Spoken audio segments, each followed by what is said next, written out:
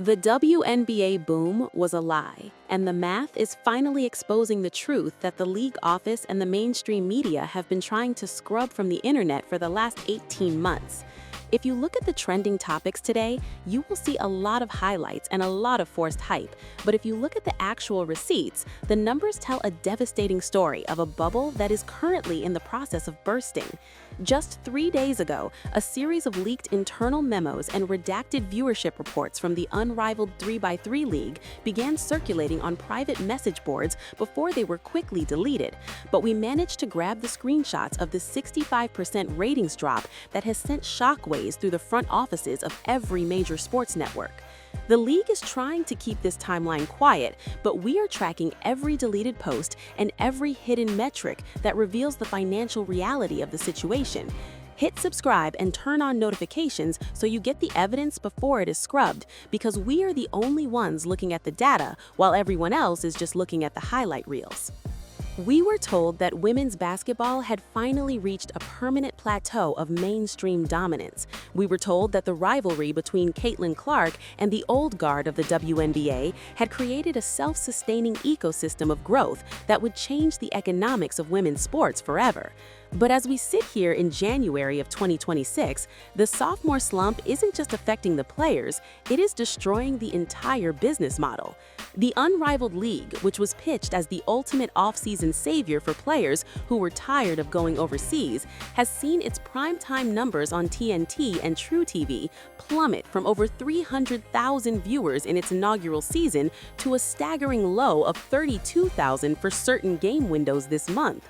When you dive into the digital forensics of this crash, you start to see that the hype was never about the sport itself, but rather a manufactured curiosity that has officially worn off.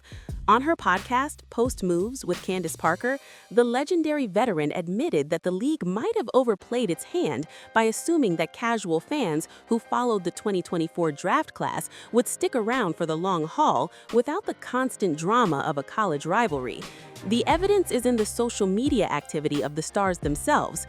If you look at the engagement rates on Instagram for players like Angel Reese and Paige Bookers, they have hit a ceiling that the media refuses to acknowledge. The tunnel walks that used to garner millions of impressions are now being met with a fraction of the interaction as fans begin to realize that the product on the floor hasn't caught up to the production value of the marketing. This financial friction is coming to a head right now because of the ongoing CBA strike tensions. The WNBA Players Union authorized a strike in December because they are demanding a massive increase in the salary cap and revenue sharing based on the supposed explosion of the league's value. However, the owners are pointing to these crashing Unrivaled ratings as proof that the Clark effect was a temporary spike rather than a fundamental shift in the market. During a recent episode of A Touch More with Sue Bird, the tension was palpable as the discussion turned to whether the league could actually afford the charter flights and five-star hotels that the players are now demanding as a baseline. The history of this friction goes back to the 2024 and 2025 college seasons, where the media narrative was built on a foundation of the old guard versus the new wave. Veterans like Diana Taurasi and Brittany Griner were framed as the antagonists in a story where Caitlin Clark was the savior. But that framing ignored the actual infrastructure of the game. When Clark turned down the $1 million offer to join Unrivaled this season, it wasn't just a personal choice, it was a business signal that the league's newest and most profitable star didn't believe in the sustainability of the off-season model. This snub sent a clear message to the locker rooms across the league. If the face of the boom isn't buying in, why should the advertisers? To understand the 2026 crash, we have to look at the expansion draft drama. The league added the Toronto Tempo and Portland Fire for this upcoming season, but the expansion draft was delayed because the CBA negotiations are in a deadlock. The league is projecting a $700 million loss over the next few years if they meet the players' demands for 30% of gross revenue.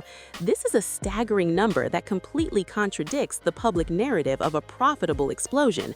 When you look at the deleted tweets from players during the December strike vote, you see a group of athletes who were told they were the new superstars of the sporting world, but are now finding out that the bank accounts don't match the PR. The 98% strike authorization was a desperate cry for leverage in a room where the owners are holding the receipts of the ratings drop. We saw this tension play out on social media when Angel Reese opted out of the 2026 Unrivaled season. Publicly, she said she was focusing on the 2028 Olympics, but the digital trail suggests a deeper rift. Her engagement numbers have plateaued, and the sponsors are starting to ask questions. If the most marketable personality in the league is stepping away from the only domestic off-season option, it tells you that the internal data for Unrivaled is even worse than the leaked 65% drop suggests. The forensic analysis of the recent WNBA schedule release provides even more evidence. Commissioner Kathy Engelbert stood on stage and spoke about a 44-game season and expansion into Toronto and Portland, but her delivery lacked the confidence of someone who knows the checks are going to clear. The physical distance between the league officials and the players' union reps during these press conferences is a receipt of the growing divide. The players feel they are being exploited for a narrative that they are now expected to maintain, even as the numbers suggest that the narrative is crumbling. If you look at the attendance figures for the midweek Unrivaled games in Miami, you see rows of empty seats that are strategically cropped out of the official broadcast. The math of the Unrivaled League is particularly damning because with an average salary of over $200,000 for just 8 weeks of work, the league needs a massive influx of consistent viewership to break even. But the 2026 data shows that without a specific narrative hook or a villain to root against, the casual audience simply isn't showing up. This is the smoking gun that proves the media's women's basketball explosion was artificially inflated by a perfect storm of personalities that the league has failed to replicate in a professional setting. The history of the 2023 and 2024 NCAA tournaments was the fuel for this fire. The 12.3 million people who watched Iowa and LSU in the Elite Eight weren't all basketball fans. Many were there for the culture war. They were there to see if the villain or the hero would prevail. But you can only sell a culture war for so long before people want to see a basketball game. When the 2025 WNBA season started, the league relied heavily on the physicality of the game to keep the drama alive. We saw the hard fouls on Caitlin Clark by veterans like Shenedy Carter and Dejanai Carrington, and the media spun it as a rite of passage. But in reality, it was a manifestation of the resentment that the veterans felt toward the manufactured hype. They saw the private jets and the $2.2 billion media deal, and they wondered why their checks hadn't changed. Now, in 2026, that resentment has turned into a labor war. The league and the union are in a status quo period, which is just a fancy way of saying they're waiting for someone to blink. If a deal isn't made by the May 8th opener, the league faces its first work stoppage since the boom began. This would be catastrophic because a casual audience that is already losing interest will not wait for a strike to resolve. They will simply move on to the next trending topic. We have also been monitoring the social media activity of the brand partners. In 2024, every brand from State Farm to Gatorade was rushing to sign a WNBA star, but in the first few weeks of 2026, the volume of new major endorsements has dropped by nearly 40%. The corporate sponsors are seeing the same internal data we are. They see that the $200 million marketing push by the league hasn't resulted in consistent return on investment. The ratings for the Unrivaled League, which was supposed to be the jewel of the offseason, are the ultimate proof of this. When you have stars like Paige Bueckers and Cameron Brink playing in Miami and you still can't break 50,000 viewers on a Tuesday night, you have a product problem, not a marketing problem. The league's attempts to bridge the current beef back to college history are also failing. Fans are tired of hearing about the 2023 ring gesture.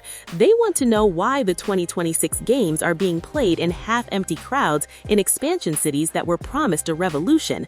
The Toronto Tempo and Portland Fire are being sold as signs of growth, but if the league is losing $700 million as the leaked memos suggest, then expansion is just a way to bring in expansion fees to cover the mounting debt. The body language in the locker rooms is shifting also. During the tunnel walks, we've noticed a significant decrease in the playful interactions between players from different eras. The new wave players are walking with a sense of entitlement that the old guard is increasingly unwilling to tolerate. In a recent IG story that was deleted within 5 minutes, a veteran player was seen rolling her eyes while a rookie was filming a dance challenge in the locker room. This isn't just a generational gap, it is a financial one. The rookies are earning more from their sponsors than the veterans are earning from their salaries, and that is a recipe for a toxic environment. When you add the pressure of a potential strike to this mix, you get the explosive situation we are seeing today.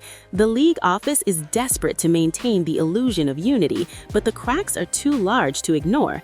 They are trying to hide the ratings crash by emphasizing total impressions and social media reach. But impressions don't pay the bills, revenue does, and the revenue is trending in the wrong direction. This is why the 2026 CBA negotiations are the most important moment in the history of the league. If the players get what they want, the league could go bankrupt within 3 years. If the owners win, the players could go on a prolonged strike that kills the momentum for good.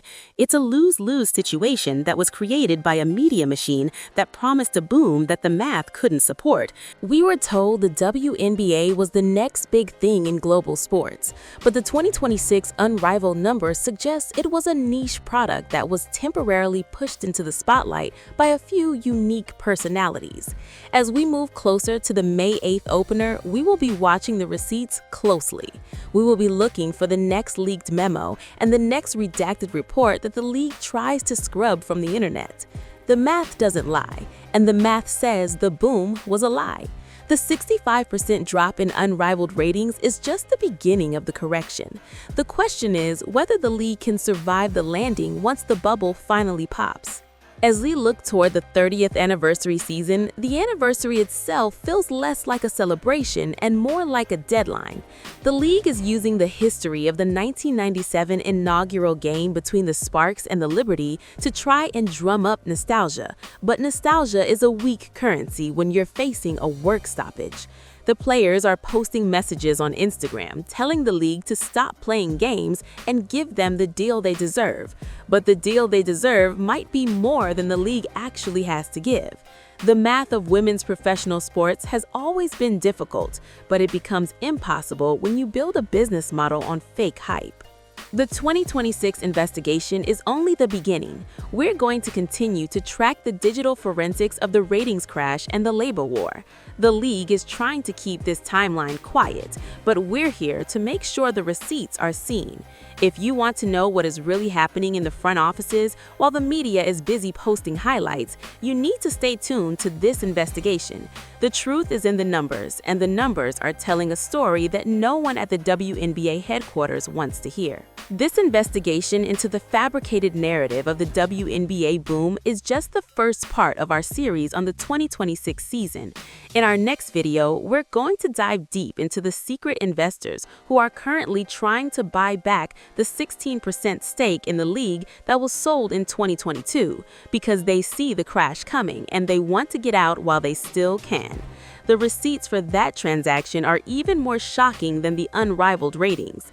If you want to stay ahead of the curve and see the truth before it is hidden, make sure you watch the next breakdown. The math doesn't care about the hype, and neither do we.